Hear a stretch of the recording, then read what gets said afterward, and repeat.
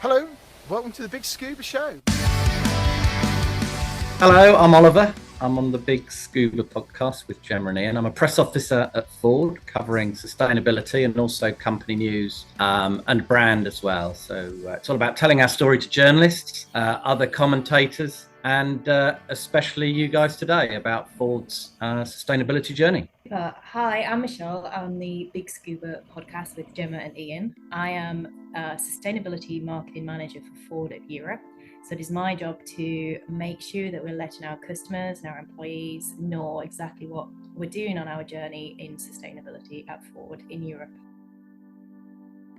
Hello, welcome back to the Big Scuba podcast. My name is Ian. I am your dive master for this episode, and with me is... Hello, my name's Gemma, and I'm the co-host and a diver too. Yes. So welcome and thanks for downloading this episode. Coming up, we've got a lot to talk to you about. We've got a lot to talk to you about Ford. 90 is our new sponsor. Yeah, it's exciting, isn't it? We're sponsored. And also we are going to venture into the world of full-face diving. Yeah. So, which is all seems a bit Darth Vaderish and space age. Full face mask diving. But I am right excited about it, I have to say. Really so, we going to be talking about that as well. Ford, they're coming on. We've got Michelle Gasgarth, who's the sustainability manager. Yeah, and Oliver Rowe, who's in the press office and does all the communications. Yeah. And we're going to be talking about actually what Ford are doing in view of sustainability as a company, and then about their EV vehicles and some projects coming up over the next few months. So why Ford? Why Ford on our podcast? You know, this is a scuba diving. They're not divers. Podcast. They're not divers, you know, but there is a reason. You know, Ford have been part of our journey for 18 months? Couple of years, 18 months. And did I say a couple of months? I meant 18 months. And I've always been a Ford man, and I dread to think how many Fords I've had over the years of driving. Where it's been cars and vans, and Ford are, they've been out there with bringing out great models, and when we look at our cars, don't we? They have to form many roles these days, don't they?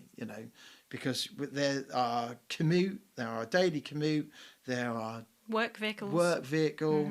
They are dive vehicles. But also, run the kids around, the kids taxi, and then at weekends they get lumbered up with all the dive gear, and and we ask a lot of our cars, don't we? And when we're looking around for our, what we're going to get, can I get my dive gear in? It's the most important question, isn't it? When you're going to buy a car, can I get my dive gear in? Yeah, but now it's more the question of, is it sustainable for the planet? Because you've got to think of being a ecological driver. I'm so glad you said that. But it's true. And Ford are doing so much stuff about being sustainable. And they got rid of the Fiesta after all these years, because that's not going to be part of the journey going forward. And it's all about going electrical and being sustainable. Yeah. And even their factories. Yes, and that was a really important message that came out, that a lot of you as consumers of cars won't realise just how amazing Ford are at sort of doing the best for the planet. Yeah, and Ted Ford did this great chat years ago. Bill Ford. Did a TED talk, and he talked about these things to come, and we were talking about this a bit later on with Michelle and Oliver, and it was a really good discussion he gave as part of the TED talks, and it's something you should go and listen to, and it kind of gives the view of where Ford are going as a sustainable manufacturer. And as time go on, if you're thinking about buying a new car this year or next year, whenever, these are questions we'll be asking. What's the processes like? Can the car be recycled in years to come at the end of its life? Yeah, and they're all topics we kind of cover in the podcast interview. Yeah. So look out for that. So we've got a sponsor. Yeah, Knocked at 90. So are sponsoring our episodes. Yeah, we have had we have supporters in going forwards. We've had Ford, they support us with different trips, and we get to test their cars, which is really awesome. And I can think of other manufacturers that we've had, like O3, who have supported us on our diving journey as well. Yeah, but NARCT is more of a sort of partnership, and we'll be working with them on every episode. Yeah, so you'll be hearing a lot more about NARCT at 90 from us. And if you haven't heard about them, they're based in the UK, and they sort of cover a lot of technical divers might have heard of them. Yeah, they're well known in the technical side of things, and what we're going to try and do is help spread their message about how good they are, and also, if you've got a dive computer and that starts going on the blink, you can send it over to those guys. They've got a full service centre, not far really from Stony Cove. And where they can actually service your dive computer. They can put them in pressure chambers to test them, and do all the whizzy stuff. So if you've got... And they do a whole load of other stuff. They've been involved with the NHS, military, commercial diving. They're well known in the commercial diving world. And they've been around for years. They've been around for like 20 years. Yeah, they're engineers, but they're also very experienced divers. Yeah. And so have got that kind of broad knowledge. Led by John Routley and Brent Hudson, and who've done like thousands of dives between them. Technical dives, done some huge diving. And some of our previous guests know them as well. People like Lee Bishop, Rosemary. Yeah, and, it's a small world. It is a small world. We know the diving's a small world. You're going to be hearing a lot about NARCT at 90, and we look forward to having them on with us. And they'll come on the podcast, being part of our journey. And this having a sponsor helps us as a podcast, and content creators helps just make it bigger and takes us up to that next level as well. Yeah. So it's a good time to play the advert. Today's episode is sponsored by NARCT at 90, so let's find out a bit more about them. NARCT at 90, their tagline has been beyond technical, which describes them pretty well. John Routley and Brent Hudson launched the company over 20 years ago. They are both technical divers who have logged thousands of mixed gas dives between them over a 30-year period. Using their engineering know-how and diving expertise, have developed bespoke, personal, commercial and military diving equipment and products of a universally recognised, unparalleled calibre. Their ability to be adaptive and versatile with their developments led them to support the NHS during COVID. Using their superior knowledge of breathing and oxygen monitoring systems to help develop emergency ventilators. They also design and supply the sneaky stuff used by defence-based development groups throughout the Western world, although they can't tell us much about that. If you're thinking of moving across to tech diving or completely new to diving, NARCT at 90 can advise and guide on the best equipment and setup for your personal or commercial requirements.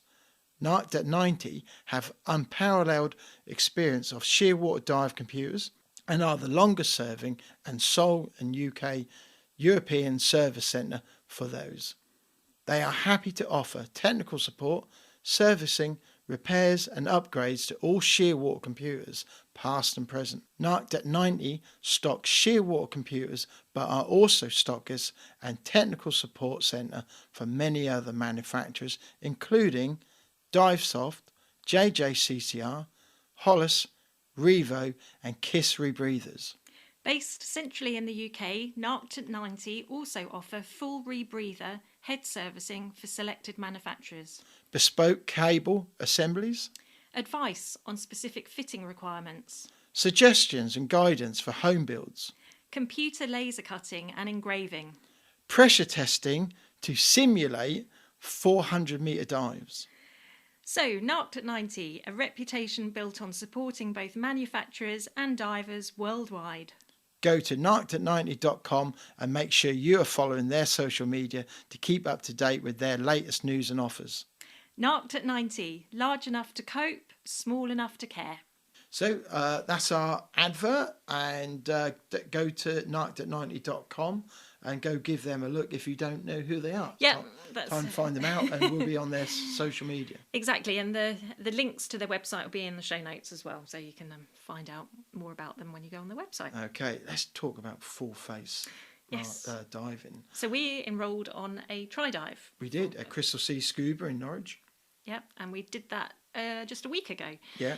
And it was a really fun, enjoyable experience, wasn't it? Yeah, the instructor was John Osmond, so hello to John.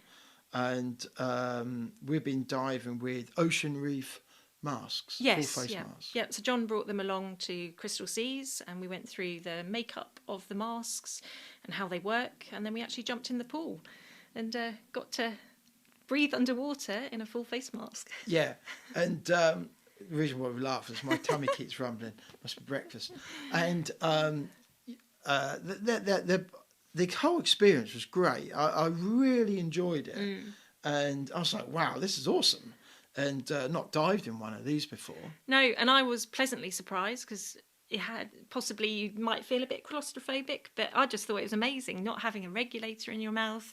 You could breathe through your nose. The vision was better. Breathing is good. I like breathing. Yeah, it was really good. So, and for me, not having a regulator in my mouth was like one of the biggest things, I think. Yeah, visibility I thought was nice. I thought there was lots of visibility with it. Your face felt warm. That was a really weird feeling. I think you actually met mine. I thought, how do you know my face felt warm? But it's true. It does.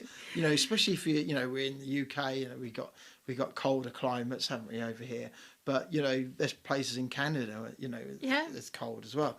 And I have to say, you know, that was a really nice experience. To the point where it was like, oh my God, I need one of these. Yeah.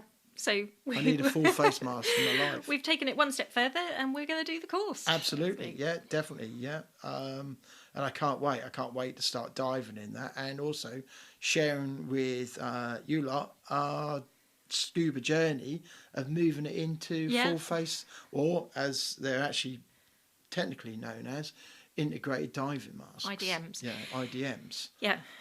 So have a look at Ocean Reef, and you know, there's their new ones are out, Neptune 3s, and they get comms. So we'll be able to... Yeah, well, that's another thing we should mention, that we use comms underwater on our tri-dive, and that was just pretty good, wasn't it? So what will be happening is in time, once we get on the hang of these things, is that there will be little snippets. And maybe, who knows, in the future, maybe one of these podcast episodes will be recorded. Some of it might come underwater. Yeah, we might be able to do our intros and our underwater. Which would be really cool. Yeah. So really looking forward to it, and it's really great. And thank you for all the response we had to our social media posts. Brilliant. Probably one of the most positive and busiest. Yeah, interaction was great. Interactions that we've had as a post for some time, I think. Yeah, we took the underwater camera in the pool with us, so got some good pictures. A lot of people wrote in and sent us messages saying, thinking about trying that, or I've got one, and we really like it. Yeah, so if you're listening to this, if you've got any questions, ask us, because we're going to take you on our journey of full face mask diving. Yeah, so, really looking forward to that. That's full face mask, and look out for more of that as time goes on. Yeah, absolutely. Okay. And again, that'll be something that Nart at 90 will be joining us along, and you'll be hearing their name mentioned as well. So look out for that. Okay, let's talk about Ford.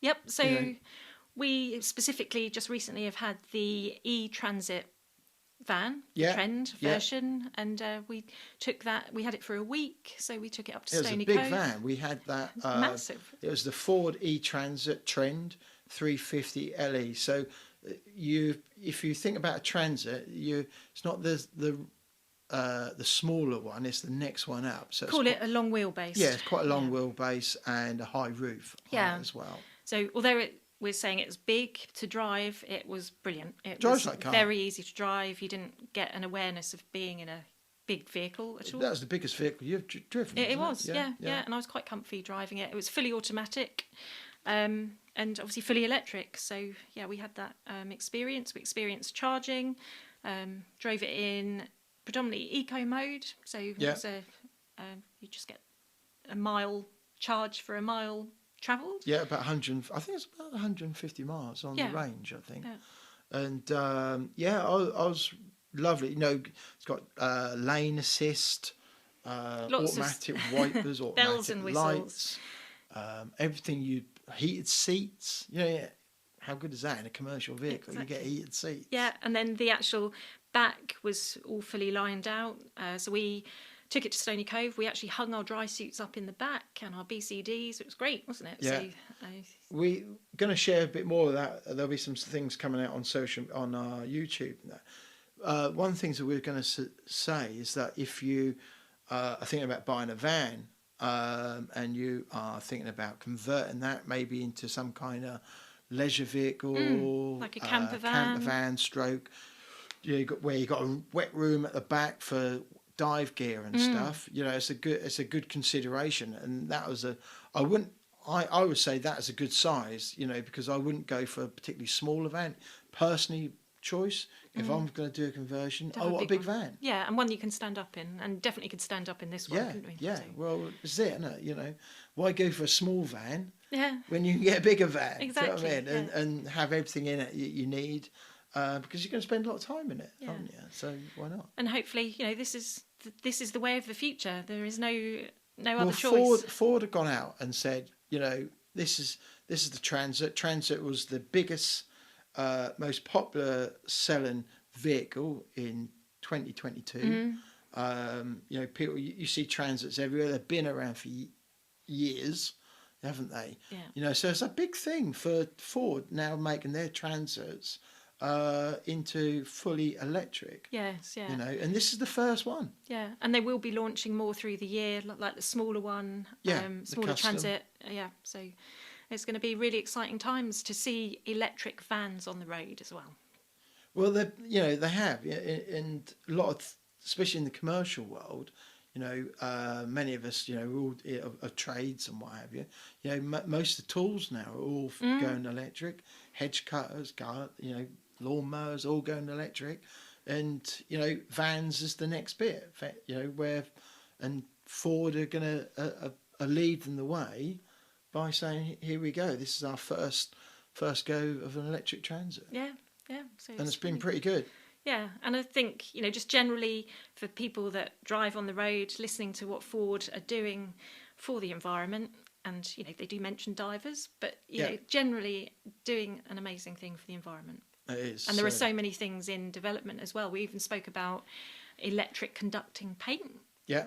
And solar panels. Yeah. So it's just a really interesting time. It is actually, because you think, and we were thinking of this on the way up to Stony, weren't we? You think, well, you've got all that roof space. Yeah, amazing amount of space. You could have solar panels up there, which charge it, you know, when it's standing there in the sun, putting that charge back into the battery. Absolutely, yeah. And you see a lot of boats now have got all these solar panels on. And we are just at the start of this technology. All right, solar's been around a while, but it's still early days. You know, once that technology, and you get companies like Ford, you know, one of the biggest companies on the planet, you know, once you get them putting their might into technology, that's when technology then starts accelerating at a huge rate. Yeah, it snowballs, doesn't it? So, you know. and yeah, there are other car manufacturers out there, but I think Ford is kind of way ahead of everybody else. So Bill Ford,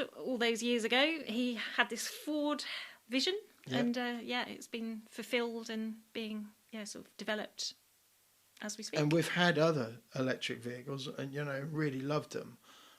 So they've been really good. We've been diving with them. We've been paddleboarding. You know, just recently we did Scotland, didn't we? In a hybrid Cougar, and that was awesome. That was an awesome car, and so cheap to run as well, isn't it? Yeah, it's definitely electric is great, and it's cheaper. It's a hard one to get your head round. That, you know, that's the future. But when you are a petrol head and you love that noise. Yeah, but then look at the Mustang. I know. Mach-E, and that was an amazing car. And it is. And if Bill Ford, who's another Mustang lover, loves his V8s and the noise and the roar and all that. He got converted. And gets converted, then the rest of us can, you know. Yeah. And we will, as time go on, we will. We will, yeah. We have no choice. You know, that is. And if we want to be sustainable and listen, you know, look at Ford's example. Yeah. Yeah, so it's a really interesting conversation and we hope you enjoy it. Yeah, so we get them on.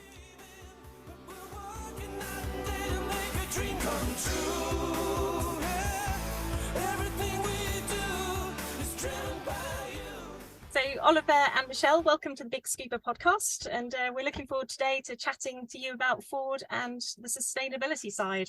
Good, thank you. So if we start with you, Oliver, do you explain kind of your role within Ford, or job role is? Yeah, I'm in the press office, so we major on media relations, but increasingly customers can be talked to directly by all brands. So social and experiential is another way, but media relations is our main role, and we're proactively promoting stories like sustainability to all our audiences, and then also taking their inbound kind of questions for all media, online, broadcast and print, and sort of helping them to kind of understand a bit of reactive, but mostly proactive promotion of Ford and its services and plans. Great. And how about you, Michelle? What's your role within Ford? Yeah, so I'm European Sustainability Marketing Manager, and it is my role to really communicate to our customers and our audiences what we're doing to help build a better world, which is our kind of global purpose for sustainability. So it's about taking what we're doing and putting it in ways in which the consumer can understand it and see exactly the action that we're taking and the actions that we're going to take in the future to help build a better world. It's also kind of my role to make sure that we continuously look to speak to our employees, our employees, and our kind of communities, and work with our communities in our journey. And that's quite a new role, isn't it, within Ford? Yeah, so I've been in the role now, I think it's 11 months. It was new to Ford Europe. And the reason the position was put in place is that we've always done sustainability as an organization. It's been embedded into our culture, into everything that we do. And we're one of the first OEMs, I think 23 years ago, to launch a sustainability report. But we've done a lot and we just never really spoke about it. And more we were finding our customers and our fleet customers were wanting to know what we were doing in sustainability. So my position was put in place to kind of really help and bring us on the journey to help our audiences know what we're doing. And I think obviously we've worked with you for almost a couple of years. We're really surprised just how into sustainability Ford was. Yeah. It just blew us away. Yeah. And I think our audience will be equally surprised as well, just how far Ford. But not just like yourselves. There's a lot of firms at the moment, I think, are now publicising things that they've been doing a while, but not really shouted about. And it's really good hearing, and we're going to be talking about some of the things that Ford are doing in the manufacture of cars, and which all comes into some of the questions that you'll have as a buyer of a car is, is the manufacturer, is that car going to be sustainable? Yeah. So individually, kind of sustainability, what does it mean to you, Oliver, in terms of now and the future? Yeah, I'm very conscious that we are a very resource intensive industry. Yeah. And over my time here, like Michelle said, it's been constant sort of use of best use of materials and optimum sort of efficiency from operations, but it's really bringing it together with a single plan. I mean, in my time at Dagenham, swarf from the engine lines was sort of turned into recycled into bricks, sort of reuse of what would have been waste metal. And there's also always been recycled content in vehicles, so that's been a constant. But now it's very much an overarching plan, so reflecting what's happening around us. So you see COP26 come and go. You see that we're not on the plan to achieve, a maximum of 1.5 degree warming that's required, or minimized at that. And you're conscious of, your own personal footprint, but also, if you're driving a vehicle and you're coming in and out of Ford every day, as it were, but slightly less now, in the office, is really important to sort of be conscious that this is front of mind, that our impact is being paid attention to. So that's what it means to me. Yeah. And how about you, Michelle? Yeah, I think for me, partly the reason that I took this is that I want to serve a purpose higher than myself, and sustainability really is a key area in which I live it and I breathe it. So even everything that we do at home as a family, and stuff that we do in the community, it's all about sustainability, and I guess minimizing, as Oliver said, minimizing your impact. And for me, it's things such as understanding, do you need to consume the product in the first place? And if you do need to consume it responsibly. And a really big driver and something that I'm quite proud of at Ford is that we actually managed to get the business to move forward with an initiative called Park the Car. And that was all around talking to our consumers about driving more responsibly. So driving when you need to, but when you don't need to, for example, a school run, think about cycling or walking. And that's actually something that I live every single day in my own life as well, and talk to parents and talk to people in my own village and community about just being more responsible. And so, yeah, I think sustainability to me is something that we have a duty to do something about it personally, and we have a huge duty to do as an organisation, because as an individual you can make a small impact, as an organisation you can make a significant big impact. And for me, I'm actually proud to work at Ford and be part of the journey to 2035, where we're looking at carbon neutrality across Europe. So yeah, to me, it's the single most important thing I think that we all need to work towards. And Ford's come a long way, isn't it? When you think about the cars of the 80s, not probably just Ford, but for the cars of the 80s and cars today, there's such a transformation,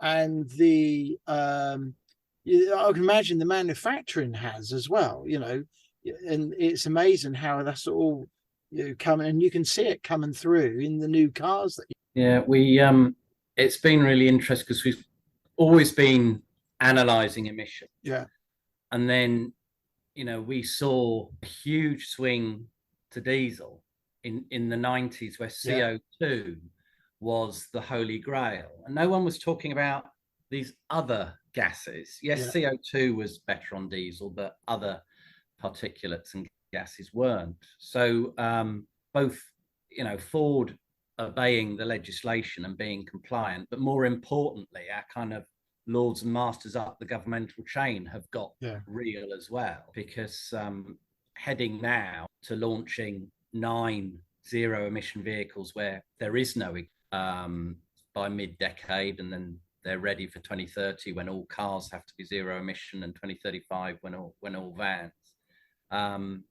is really important.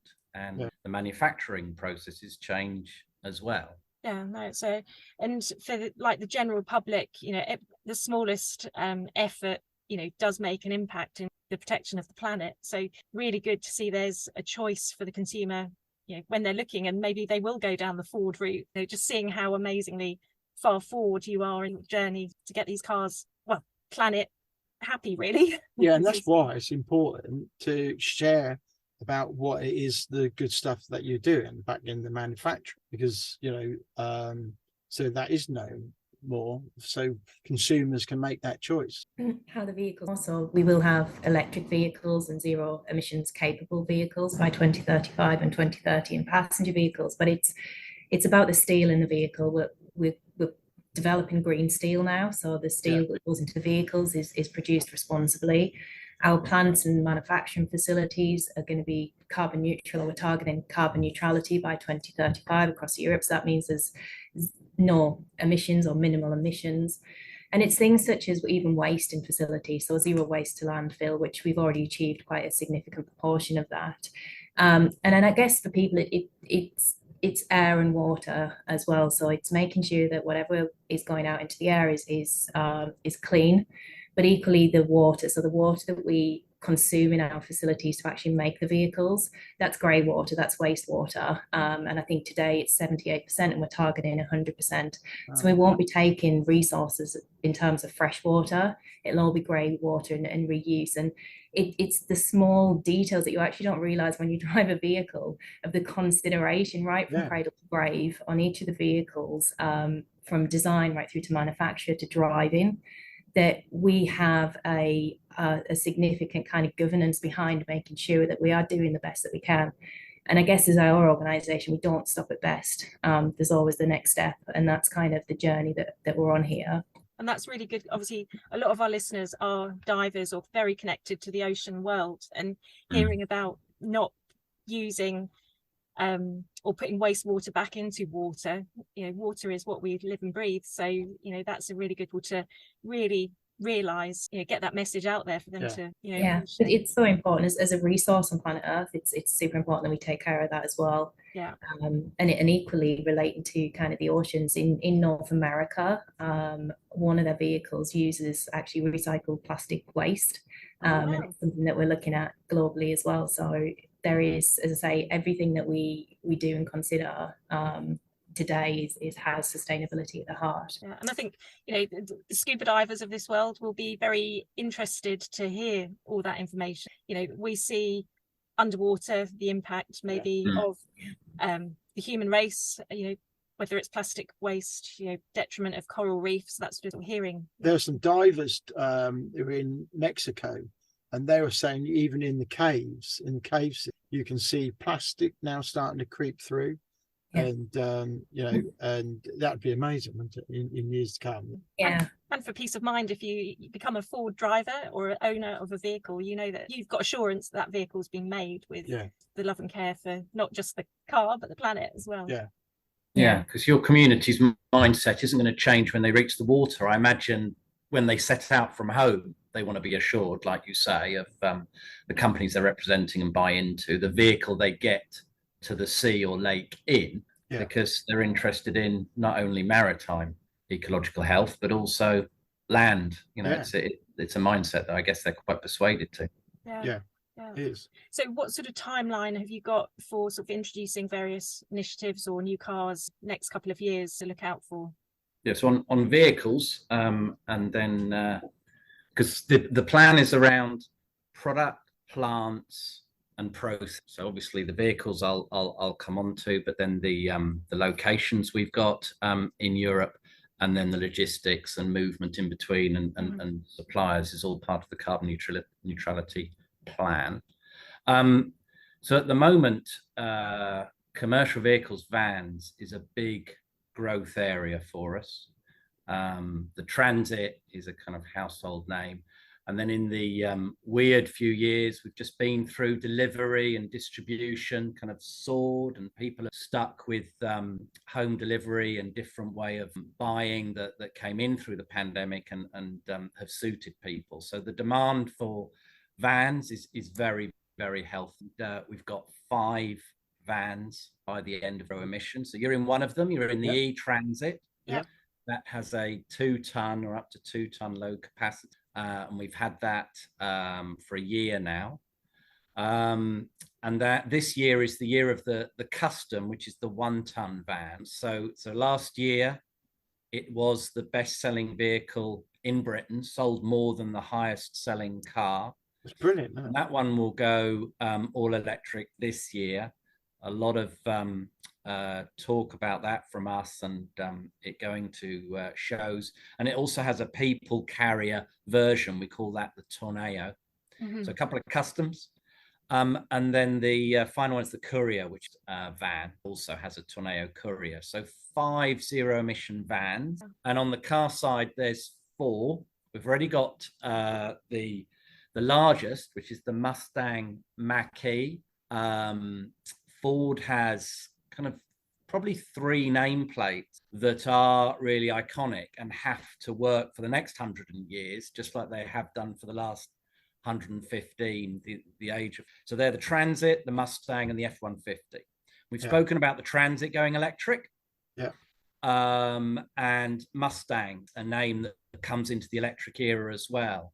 So we've only had the Mustang since 2015, so it wasn't such a major story that we Mustang here, but it is a 5-door, and a 5-door sort of Mustang was controversial in the US, but I think we're through that.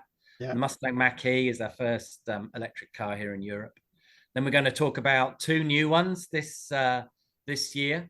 We're going to be showing them, brand new, really excited, being built in a converted plant in Cologne, which is going to be our sort of European electrification centre as far as assemblies. And then the Puma. So the Puma is our best-selling car.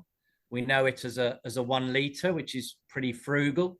When we brought in the 1 litre, people were very hung up on capacity, small. Well, no, actually, you can get 150, 160 PS. And that goes electric next year as well. So it's a 9-vehicle lineup ready by mid-decade.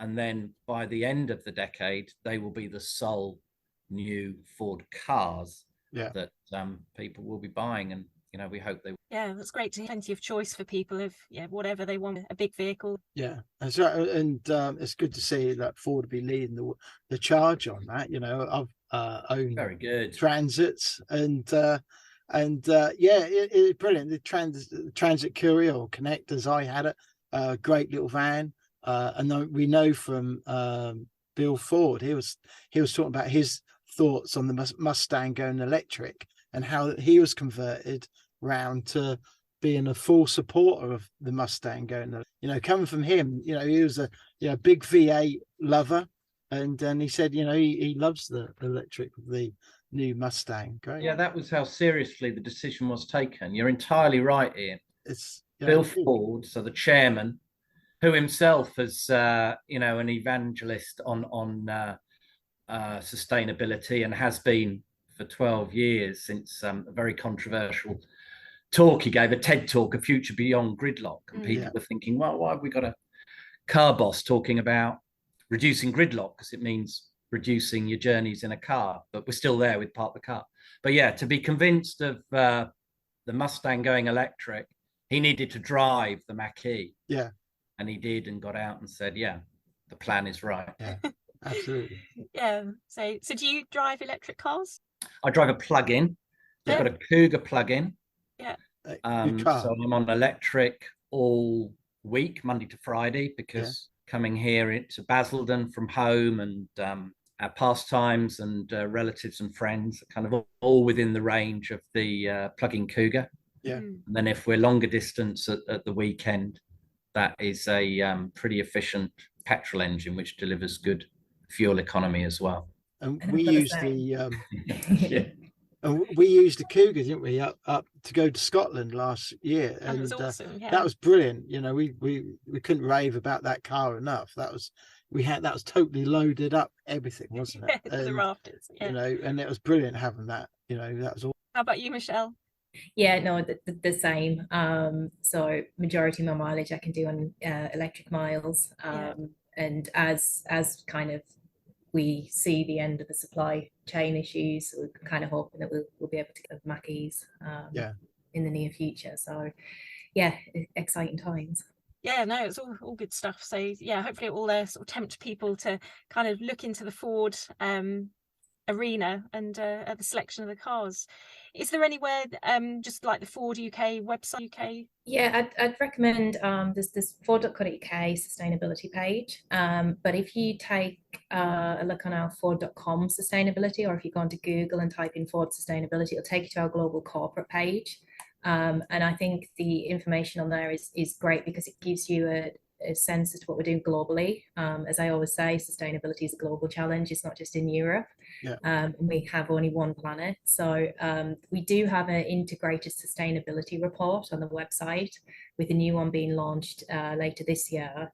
And I think if somebody has the time, I would definitely recommend sitting and reading the report to really get a full sense as to what we're doing.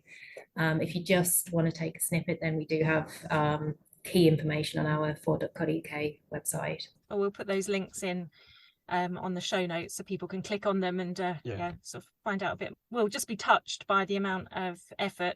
Well, I think consumers now are becoming more conscious aware, aren't they? You know, and are not just thinking, right, I'm just going to buy any car. They're thinking, and certainly it would be in my, you'd be thinking, right, what's the car offering? What's it going to be to drive? But also end of life. What's it going to be like, as it gets older? And also, you want to know that, the manufacturers are doing what they be sustainable. It's good. I'm sure some of our listeners might have like the question about recycling. Obviously, when a car comes to its end of its life, about recycling the batteries, they are a waste product. Have you got tips on that? Yeah. Yeah. So on Mustang Mach-E at the moment, we currently recycle, and our strategy for the future, as I understand, as the business is, it actually takes a lot of energy to recycle batteries, and there's a lot of it can be done, and I think you can recover something like 80% of the battery. But as an organization, we recognize also that there is an opportunity for repurpose and reuse, and batteries can actually be used to create almost like a power plant, where you can shade from the grid at night time and feed it back in during the daytime, so you're not taking from the grid at peak times when other people need energy. So our key strategy is look at opportunities for repurpose. We can recycle, and we've got recycling available today for the battery facilities. And in North America, we have I've forgotten the name of the organization, purely dedicated to fully recycling redwood facilities in North America, who 100% recycle in North America for us as well. We are at the start of the journey, and there are sort of plenty of plans, like Michelle says, but interestingly, to sort of reassure your listeners and people considering, we're used to a 3-year warranty on Fords, which was the standard for the diesel and petrol. For everything apart from the powertrain, as we call it, which now becomes the battery, that is extended. That's extended to 7 or 8 years. I can't remember.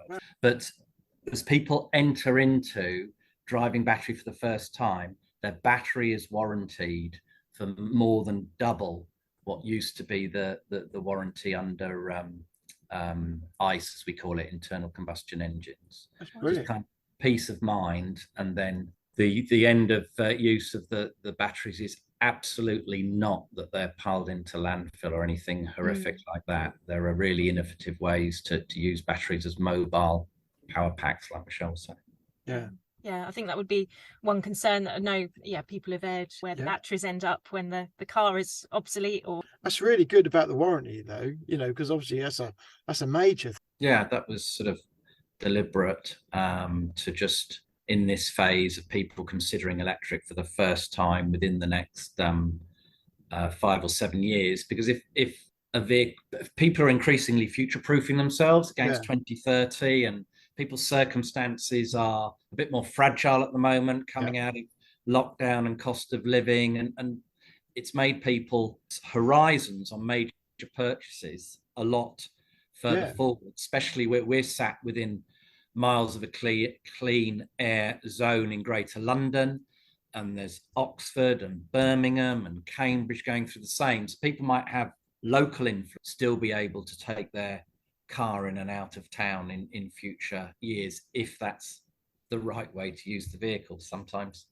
park the car, it might be better to consider an active mobility, cycling or walking way to do the journey, which again is really strange for a car representative to be saying that, but it is true to the organisation. Our chairman built 12 years ago, and we're at a midpoint, because in 12 years time we're going to be carbon neutral in Europe. So it's a kind of 25-year campaign, this, and we're exactly at half time.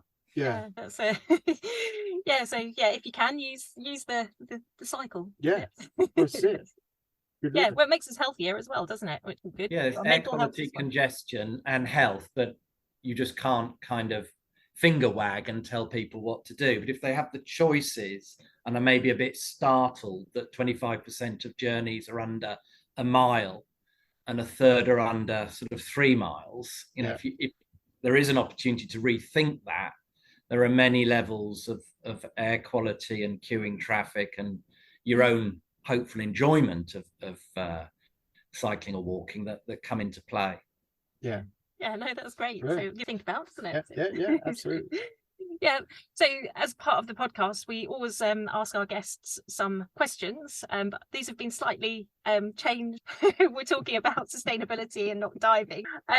So as an individual question, firstly to you, Michelle, if you could go on a road trip and you could take any vehicle, what would you take and why? And sort of passengers, co-pilots be and why? Yeah, thank you.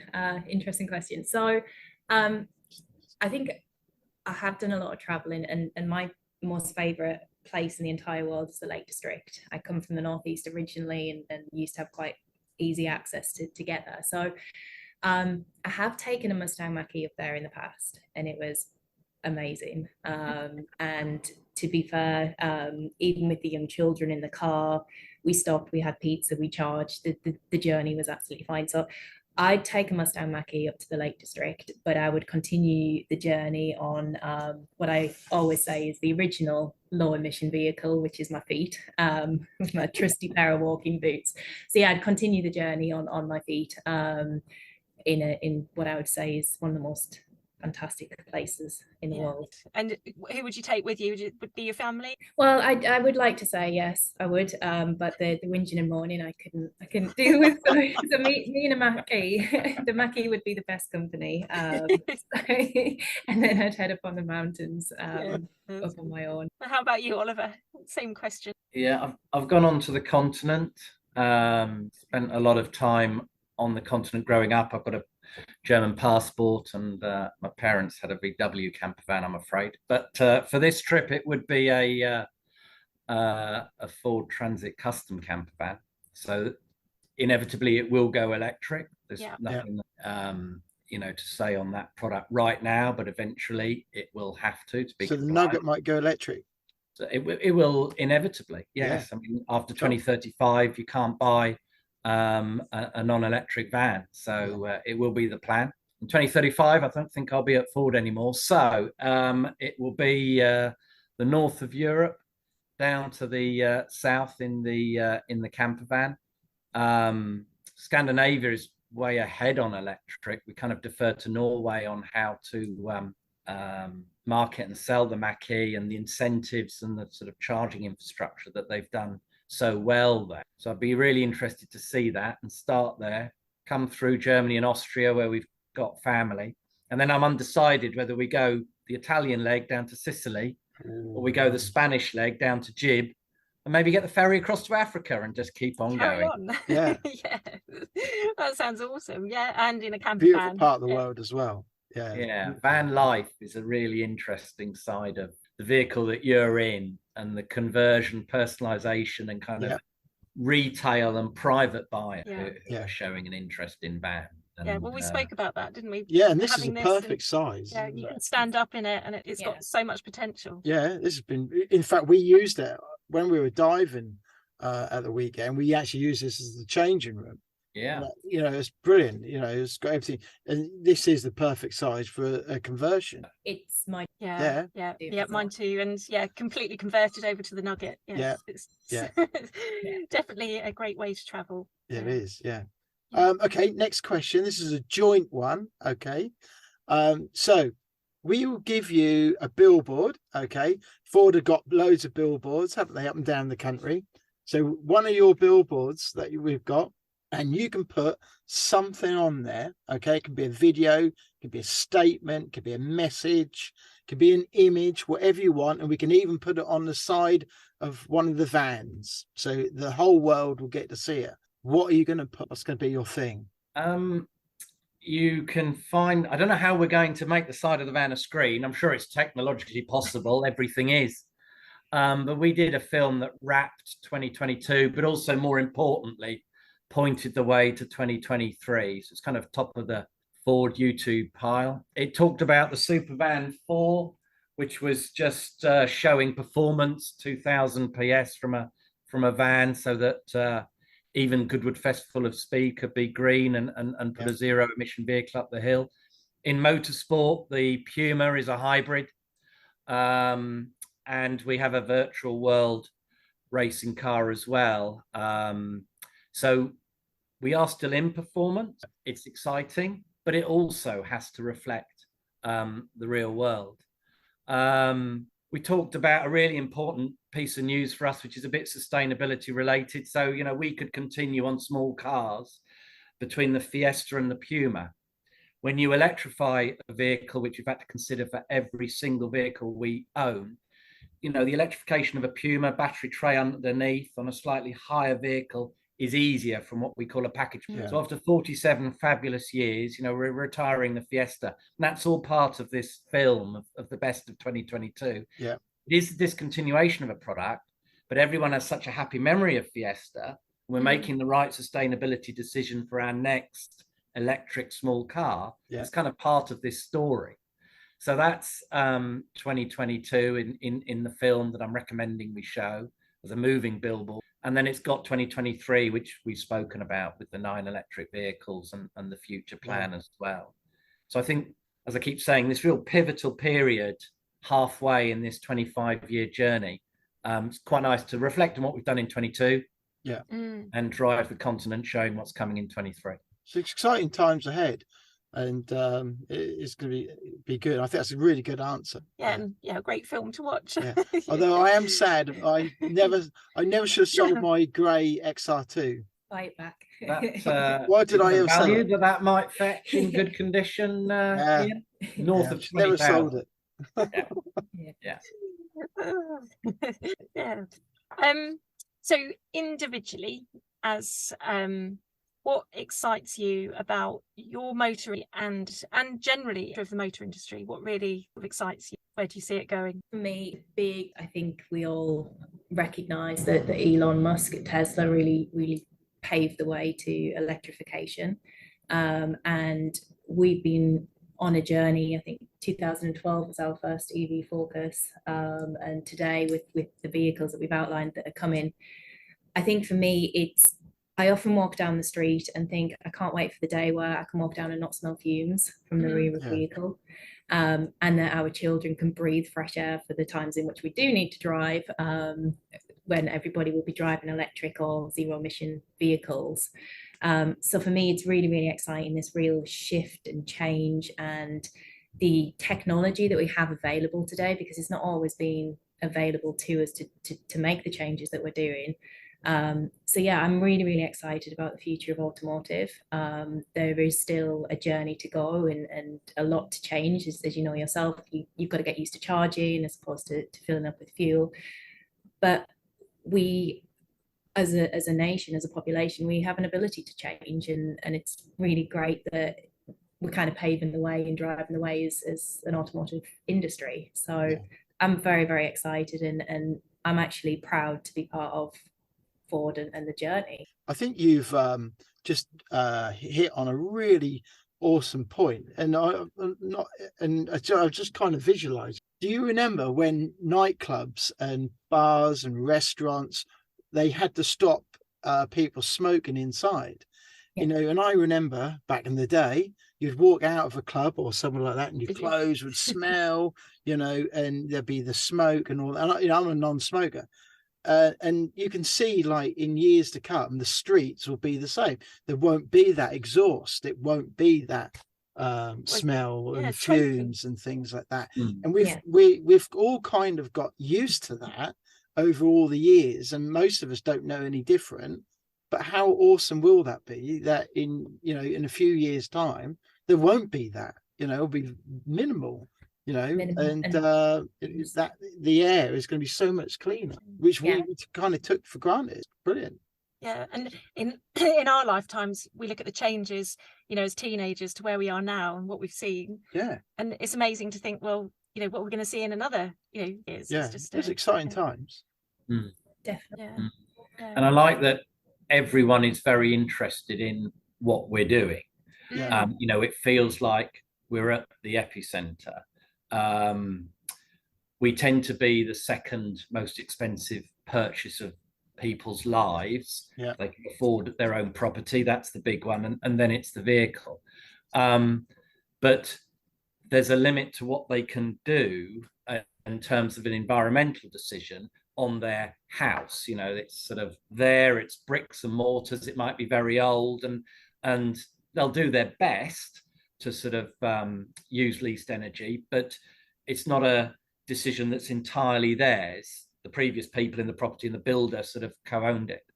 On vehicle purchase, you're much more in control, and everyone has a view, even if they don't realize. That I don't think when someone says, "Oh, it just gets me from A to B." I mean, even in that statement, where's A, where's B, when do you do the journey? There are elements of people influencing more than they think. Yeah. So I think it's great that there's so much interest in our roles, in our industry, from friends, family, and journalists, especially, as I say, in this area. We're on the edge of Greater London, and this year the ULEZ loan, the ultra low emission zone, is coming out to basically the kind of M25, and it's got locals really crystallized and waking up. Lots of people are having to make important decisions about the vehicle, if they want to continue using it and not be charged £12.50 a day. It adds up. It brings our role and sustainability into their everyday lives and decision making. And money talks as well when it becomes, part of your everyday life, where you've got to pay money to travel where you didn't have to before. Suddenly, I think it makes a difference. And there's a romance with Ford, isn't there? I think we were talking about this the other day, and I've had, I don't know how many Fords in my driving, but people like of our age, our mum and dads had Fords, grandparents had Fords, and so there's, and we think fondly of previous, generations who have owned cars and what they've been used for, memorable holidays, memorable trips, other things, and and divers are no different. We'd go into different parts of the UK or further afield in our cars and to use them for great things, and to see Ford now evolve and move on, and as you said, the 25-year chapter is how Ford is now going to develop into the new, and how that's going to be part of our lives going forward. And it is important that Ford is there, and carrying on and shaping our driving careers and future. Because you've been around for years, and I remember me personally, I remember being in my dad's Cortina when I was just a tot, and that will carry on, and same with my kids. How we present ourselves to those fond customers is going to change hugely, and really interestingly, we are an American company, and we were one of three, but that is now our unique, because Chrysler sort of went away a while ago, and General Motors sort of has no longer been in Europe for 5 years. So we're American and proud of that. So there's going to be what we call an adventurous spirit in the way we present ourselves, absolutely maximizing the American spirit. And we've seen Mustang, it's kind of the open road and it's freedom, and we've brought that as an EV. They have the Transit as well. And then that third nameplate that's very American is the F-150. So that's a pickup. We have the Ranger, which has to go electric. But to an American, the Ranger is like a mini. It's really small. So they have the F-150, and they have the F-150 Lightning as an electric. Which has won loads of awards. Beat Tesla. The influence of Elon is absolutely right, like Michel said. But he presented a pickup, and we're yet to see it. The F-150 Lightning is out there, and in small volumes in markets where it makes sense. So back to Scandinavia, it's coming to Europe. So that's adventurous, and that's kind of the changing face of Ford, because people didn't realize it, but there was an American influence. The Cortina, it was a very wide car, but we presented ourselves as kind of more British then, because being American wasn't particular to us, but it is now. So we're quite pleased about that, and that'll be very interesting how that. It's all good. Yeah, and it becomes, it's infectious as well, isn't it? The feeling about Ford as well from, the US over to here as well. And hopefully, people are so much more car savvy, looking at car programs, stuff on YouTube, that it just, the exposure is so much more than it. Yeah. So Oliver, the future of the motor industry, what really excites you about what's coming up in the next couple of years or 10 years? I think sort of being at the heart of people's really important decisions that they've got to make personally for the way they move around, and being part of what's perhaps more walking and cycling for really shorter distance, if it suits them, the right kind of vehicle or vehicles that they have, but that ownership might change. We also talk about mobility, and that's maybe how people tap into getting around, but they might not own a vehicle. There might be an element of sharing, and that kind of model. And then, we've had interest in e-scooters, and people are making their minds up about those and the sort of viability. And we've certainly been part of that for a time.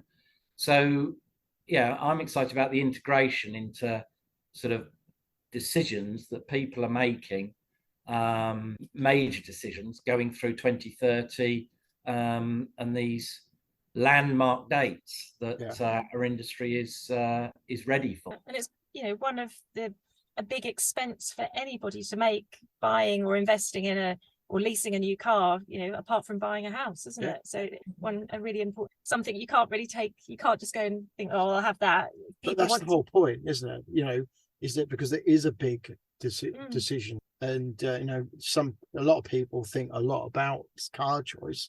So how sustainable will come in as a thing to think about. Yeah, and so many people do love their cars, and if you love driving, we both do. So it's just it is important to you, and it isn't just like an A to B journey, is it? No, so, never. Yeah, you want to get in a car and love to drive it. You do, but also think of the planet as well. It's Bill Ford said, it is a change in mindset, and it's the things that we're now consciously now transitioning to. I'll give you a Bill Ford quote. There were some who believed that all this ecological nonsense would disappear. I was considered a radical. That was Bill Ford 12 years ago, and that radical view has kind of come to pass. He certainly had a grip and a view on the future, very much so. He's an interesting guy to listen to. It's a TED Talk. It's called A Future Beyond Gridlock, from 2011, so freely available online. Definitely worth a listen. Well, we'll recommend people to take a look at that as well, because it puts things in perspective, 12 years ago to now, and what you've spoken about for the future of Ford and the car industry. Have they ever put solar panels on a roof of a van? So we've had a test vehicle. We were at a show with a solar panel on the roof, but it has remained a prototype and pilot vehicle to my knowledge. There must be, either in terms of the photovoltaics or whatever it's called, the technology of how much energy is needed to then propel a laden van. You see, this is the thing where electrification can struggle at the top end. If a van has refrigeration and freezer units, and it is doing literally London to Glasgow and back, there is a sort of what we call a use case where we have to think carefully whether electrification is the final answer at the moment. There's lots of exciting stuff to come to power them, combination of electric and other fuel sources. I think on solar, it's been the same thing, that hasn't become yet a viable energy source for a lane van. But we were on it, and again, just searching the sort of solar transit must unearth that information, because it has existed, that vehicle, and would still be on the list as an option. Or alternators? What about alternators and having them so that charge as you're going along? I'm not clear, but on a electric vehicle, like a dynamo, like on a bike. There is braking on electric vehicles, which will as you brake, generate energy to charge the battery. And I think you guys probably seen it in what you're driving. Yeah, that's right. Yeah. But I was wondering whether you could have like dynamo type things actually in the vehicle that actually charge when you're going along. We're in the right place to ask the question. I'm not the engineer, but there are 2,000 engineers where we're talking to you from who work on powertrain. We have them on a bike, don't we? They will know. Yeah, we were just driving the transit. And I was thinking, well, why can't you have dynamos on cars, so they actually put charge in independently from batteries that are putting in? So you can have like a full, so one charge going in, or two separate, or maybe, I don't know. Anyway, I was just thinking these things. But the regenerative braking, there is no coasting on an electric vehicle, because obviously it's cogs and you're not coasting without it's batteries. There's no coasting on an electric vehicle. No. And when you're de-accelerating, the that energy loss being recouped is a major factor. In our mild hybrids, it adds up to 10%, returns 10% energy.